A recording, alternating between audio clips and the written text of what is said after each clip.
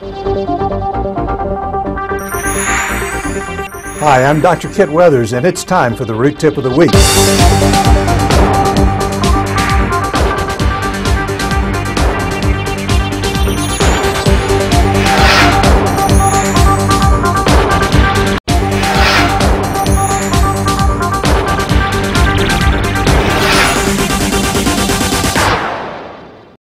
Okay, today's coin trick, we're way out in the middle of the desert, and I'm not going to desert you when we show you how to do this. It's a coin and a card, a hole in the card slightly smaller than the coin. Now if we fold the card in half and drop the coin, it will not go through that little hole. And even if you pull on it, you can't get it to do that. And you can let people try that and they'll see that in fact the coin does not go through that hole. However, we can close that together, hold my hand up here, and watch what happens when I push the coin down into the slot. It falls right out into my hand. I'll do that one more time so you can see what we're doing. The coin is now in the little hole between the two. You can even look on the back side. And here we go. We just drop the coin and out it comes. Now how do we make that coin that's bigger than the hole drop through? The secret is very simple. To learn the secret to this and other magic tricks in this series, go to EndoRootCamp.com. Let's start today's Root Tip of the Week with a question from a Dr. Berryman. I think he heard me at a lecture in Iowa, and I'll quote his question here and his comments. He said, "The techniques discussed by you have increased both my success and productivity. My question is, what is the best way to place a rubber dam on a tooth that has a temporary crown?" And there are several answers to that question, and we'll answer all three of them. But I would like to remind you that if you have questions, please send them to the address below, this email address, and if we have time, we'll answer them on Root Tip of the Week. If not, I promise I will give you an individual answer to your question. The email address is kit.weathers@gmail.com. There are no spaces before and after the little dot. I just did that to make it a little clearer. It's kit.weathers@gmail.com. Okay, let's go ahead and answer this doctor's question.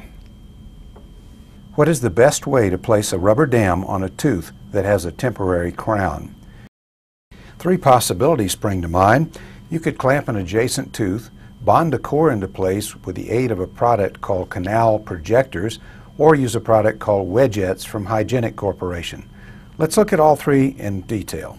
The first possibility, clamping the adjacent tooth, is not only a good idea to prevent knocking off the temporary crown. If you're working on a tooth that has a porcelain margin and you don't want to take a chance of the rubber dam clamp damaging that porcelain, clamping the adjacent tooth is a good idea in that situation as well. That's just a bonus tip. Okay, the second possibility for strengthening the temporary crown would be to put your core material in to begin with a product called Canal Projectors. And this is available only from John Muntz, and here's his information right here. The Canal Projector is a way of projecting the root canal openings from the pulp floor up to cavo surface, and you can put your core material in right off the bat. Let me just go through and show you a couple of slides from one of my presentations at the Root Camp, and I'll show you exactly what they look like. Here's an assortment of the Canal Projectors. And basically they're different sizes. They slide onto, boy, I got a little fuzzy there for a minute. They slide onto a file, and then from there you put your composite material all the way down around it. Once the core material is injected around the Canal Projector and it sets up, you can remove the file, and the Canal Projector comes along with it, as we see here. And then you've got a solid built-up core that will resist removal by the clamp. Okay, the third possibility, and my personal favorite, is a product called Wedgettes. It's a rubber material, and it slides between the contacts. When you let go, it holds the rubber dam in place without the need of using a clamp. Now, Wedgettes is one of those products that you do not know you even need it until you need it. Wedgettes is a replacement for standard rubber dam clamps.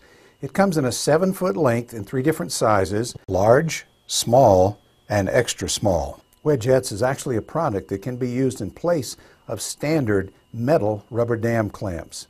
When would you need such a product? Well, if you're working on a small tooth that's difficult to clamp, like a lower central or a lower lateral, or if you're working on a tooth that has a restoration that could easily be fractured just by the rubber dam clamp being placed. A porcelain restoration, for example, might not be one that you want to clamp. It comes in a container very similar to dental floss. As a matter of fact, you pull it out and tear it off exactly like you would with dental floss. It comes in 3 different sizes: large, small, and extra small. I use the large, sometimes with wide contacts that are not tight, but most of the time I use the small. Very seldom do I use the extra small. Then you stretch the product very tightly and gently work it down between the teeth. And then you can trim off the excess material, and when it comes time to remove it, simply take a pair of cotton pliers, grab the little piece that's left, and gently slide it back. Don't try to pop it up through the contacts. It's going to probably scare the patient or maybe even snap their lip. But just bring it gently through the contact. Wedgettes are inexpensive, easy to use. They won't damage restorations, and they're certainly not going to pop off like a metal rubber dam clamp is prone to do. Give them a try. I know you're going to like it. Well, that's it for another Root Tip of the Week.